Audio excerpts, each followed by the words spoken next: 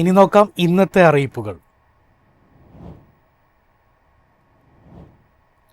Road അപകടങ്ങൾ വർദ്ധിക്കുന്ന സാഹചര്യത്തിൽ പരിശോധന ശക്തമാക്കി കേരള പോലീസ്.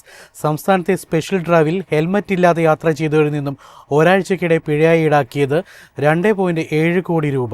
വരും ദിവസങ്ങളിലും പരിശോധന തുടരും. പരിശോധനയിൽ 2,70,51,150 രൂപ പിഴയായാണ് ഈടാക്കിയത്. 51,604 നിയമലംഘനങ്ങളാണ് കണ്ടെത്തിയത്. അപകട മരണങ്ങൾ വർദ്ധിക്കുന്ന സാഹചര്യത്തിലായിരുന്നു നടപടി. വരും ദിവസങ്ങളിലും ഹൈവേ പെട്രോളിംഗ് വിഭാഗം പരിശോധന തുടരും.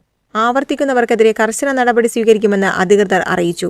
ഇരുചക്ര വാഹനയാത്രയിൽ ഹെൽമറ്റ് ധരിക്കേണ്ടതിന്റെ ആവശ്യകതയെപ്പറ്റി പൊതുജനങ്ങളെ ബോധവൽക്കരിക്കുന്നതിനും റോഡപകടങ്ങൾ കുറയ്ക്കുന്നതിനുമാണ് കേരള പോലീസിന്റെ traffic and road safety management വിഭാഗം മാർച്ച് 18 മുതൽ 24 വരെ സംസ്ഥാന വ്യാപകമായി സ്പെഷ്യൽ ഡ്രൈവ് സംഘടിപ്പിച്ചത്. Traffic and road safety management ഐജിയുടെ നിർദ്ദേശപ്രകാരം ട്രാഫിക് സോണൽ എസ്പിമാരുടെ മേൽനോട്ടത്തിൽ ജില്ലാ ട്രാഫിക് നോഡൽ ഓഫീസർമാരുമായി സഹകരിച്ചാണ് പരിശോധനകൾ നടത്തിയത്.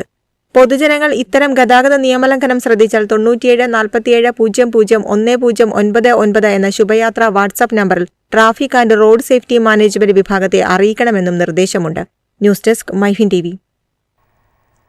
കേരളത്തിലെ വിദ്യാഭ്യാസ സ്ഥാപനങ്ങളുടെ മധ്യവേനൽ അവധി 1 മാസമായി വെട്ടിക്കുറച്ചെന്ന പ്രചാരണം വ്യാജമെന്ന് പൊതുവിദ്യാഭ്യാസ വകുപ്പ്.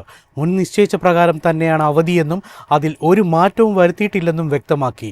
വിഷയത്തിൽ വിദ്യാഭ്യാസ വകുപ്പ് DGPക്ക് പരാതി നൽകി.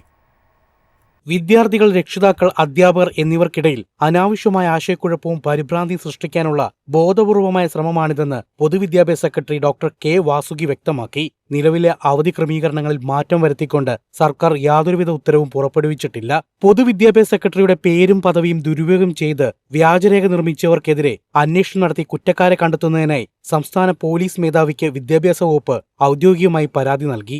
ഔദ്യോഗിക സ്രോതസ്സുകളിൽ നിന്നുള്ള അറിയിപ്പുകളല്ലാതെ ഇത്തരത്തിലുള്ള വ്യാജ പ്രചാരണങ്ങൾ വിശ്വസിക്കരുതെന്നും അവ പ്രചരിപ്പിക്കരുതെന്നും പൊതുവിദ്യാഭ്യാസ സെക്രട്ടറി വാർത്താക്കുറിപ്പിലൂടെ അറിയിച്ചു. News desk MyFin TV.